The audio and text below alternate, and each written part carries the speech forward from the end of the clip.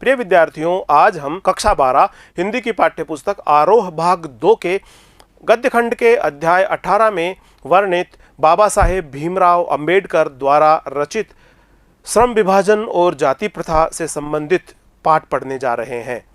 इस पाठ को पढ़ने से पहले आइए सबसे पहले हम बाबा साहब भीमराव अंबेडकर का परिचय प्राप्त करें।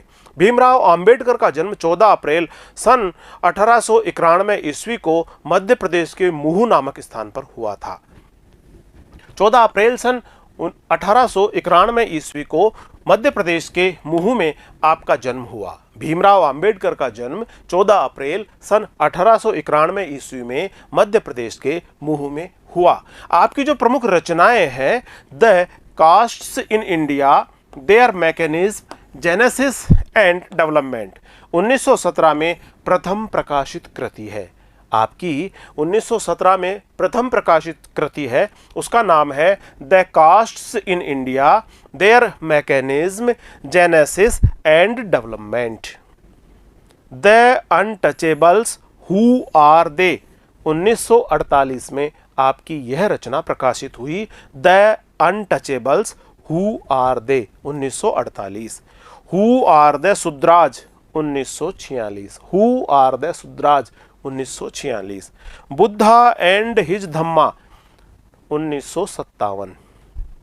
Buddha and his Dhamma, 1957। Thoughts on linguistic states, 1955। Thoughts on linguistic states, 1955। The problem of the rupee, 1923। The problem of the rupee, 1923। The abolition of provincial finance in British India, PhD की थीसिस 1916 में आपने की और इसका विषय था the abolition of provincial finance in British India, the rise and fall of the Hindu women, 1965। 1965 में आपकी रचना प्रकाशित हुई, the rise and fall of the Hindu women. Annihilation of caste, 1936 में। लेबर एंड पार्लियामेंट्री डेमोक्रेसी, 1943 में। Buddhism and communism, 1956। पुस्तकें व भाषण, पुस्तकें व भाषण के रूप में आपकी रचना है बुद्धिज्म एंड कम्युनिज्म, 1956। पत्रिका का संपादन आप द्वारा किया गया मूक नायक, बहिष्कृत भारत, जनता, इन पत्रिका का संपादन भी आप द्वारा किया गया है। बाबा साहेब आम्बेडकर का जो संपूर्ण वाङ्मय है, हिंदी में उनका संपूर्ण वाङ्मय भारत सरकार के कल्याण मंत्रालय से इस नाम से बाबा साहब आम्बेडकर का संपूर्ण वाङ्मय इस नाम से 21 खंडों में प्रकाशित हो चुका है। आपका निधन दिसंबर सन 1956 दिल्ली में हुआ। अगर इंसानों के अनुरूप जीने की सुविधा, अगर इंसानों के अनुरूप जीने की सुविधा कुछ लोगों तक ही सीमित है, तब जिस सुविधा को आमतौर पर स्वतंत्रता कहा जाता है, जिस सुविधा को आमतौर पर स्वतंत्रता कहा जाता है, उसे विशेषाधिकार कहना उचित है। उसे विशेषाधिकार कहना उचित है। यदि स्वतंत्रता कुछ ही लोगों तक सीमित हो, कुछ लोगों तक ही सीमित है, अगर इंसानों के अनुरूप जीने की सुविधा, जिस प्रकार एक इंसान जीवन जीता है उस प्रकार की सुविधा यदि बहुत सीमित लोगों को ही प्राप्त है, तो इस सुविधा को आमतौर पर स्वतंत्रता नहीं कहा जा सकता। इस बात को विशेषाधिकार कहना ही ज़्यादा उचित है। ये पंक्तियां हैं बाबा साहेब भीमराव अंबेडकर की। मानव मुक्ति के पुरोधा बाबा साहेब भीमराव अंबेडकर अपने समय के सबसे सुपठित जनों में से एक थे। प्रारंभिक शिक्षा के बाद बड़ौदा नरेश के प्रोत्साहन पर उच्चतर शिक्षा के लिए न्यूयॉर्क, अमेरिका गए और फिर वहां से आप लंदन गए। उन्होंने संस्कृत का धार्मिक, पौराणिक और पूरा वैदिक वाङ्मय अनुवाद के जरिए पढ़ा, समझा और पढ़ने और समझने के बाद में ऐतिहासिक सामाजिक क्षेत्र में अनेक मौलिक स्थापनाएं आप द्वारा प्रस्तुत की गई।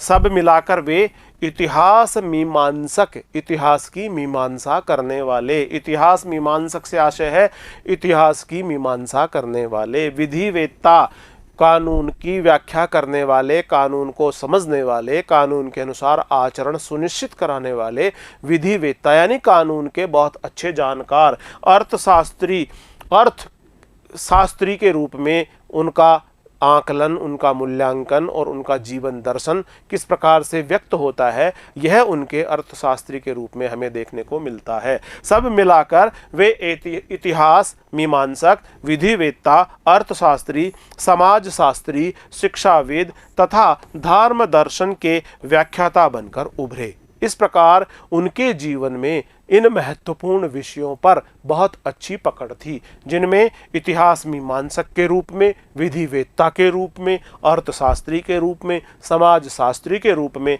शिक्षाविद के रूप में तथा धर्म दर्शन के व्याख्याता के रूप में उन्होंने अपने आप को अभिव्यक्त किया।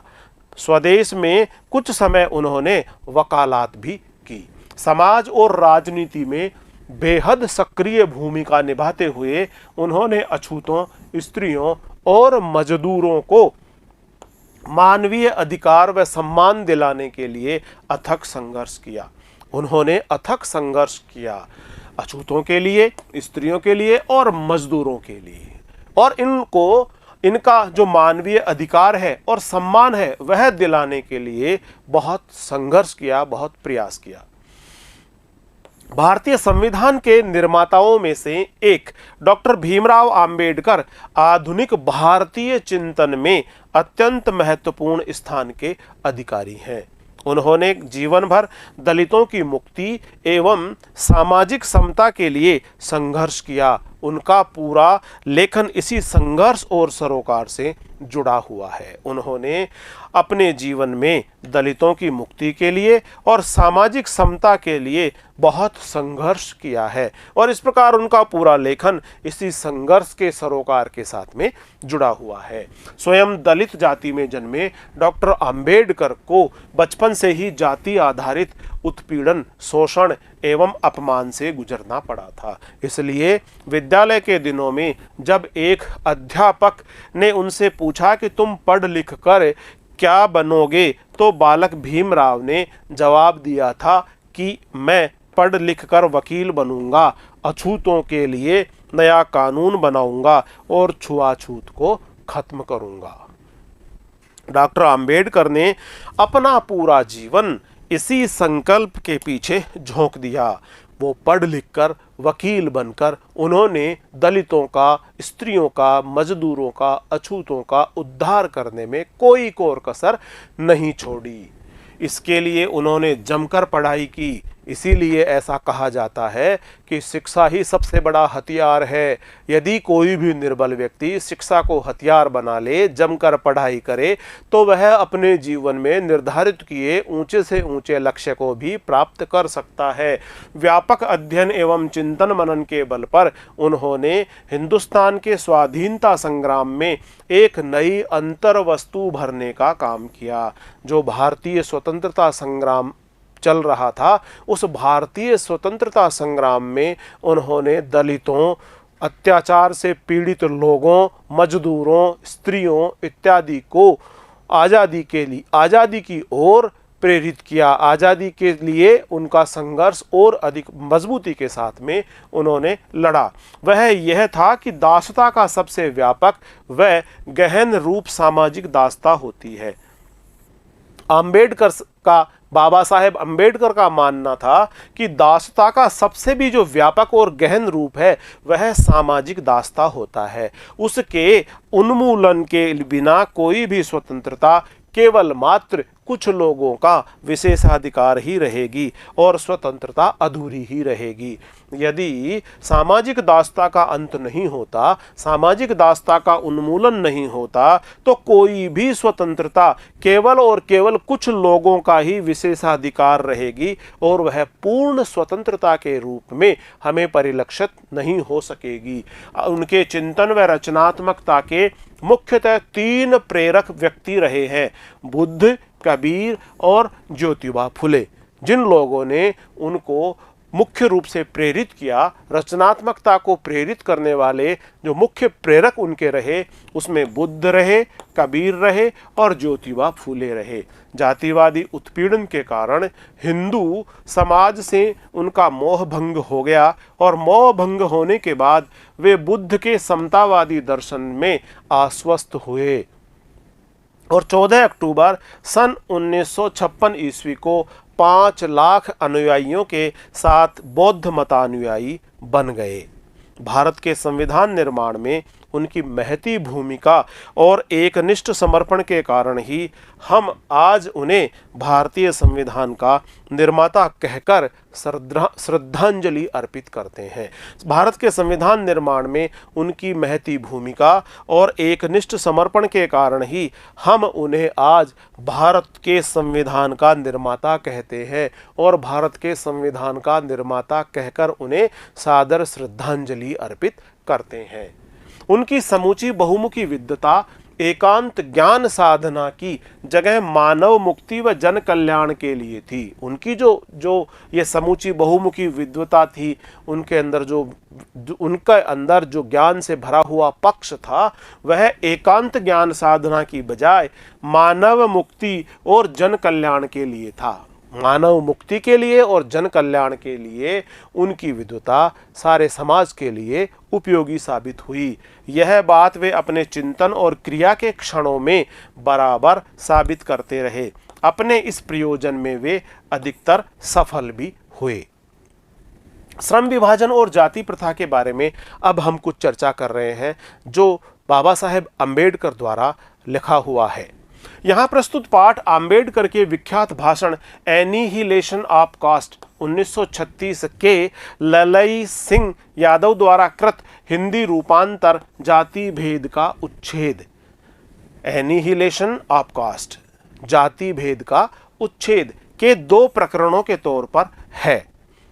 यह भाषण जाति पाति तोड़क मंडल लाहौर के वार्षिक सम्मेलन सन 1936 के अध्यक्षीय भाषण के रूप में तैयार किया गया था, परंतु इसकी क्रांतिकारी दृष्टि से आयोजकों की पूर्णतः सहमति न बन सकी और सहमति न बन सकने के कारण सम्मेलन को ही स्थगित कर दिया गया।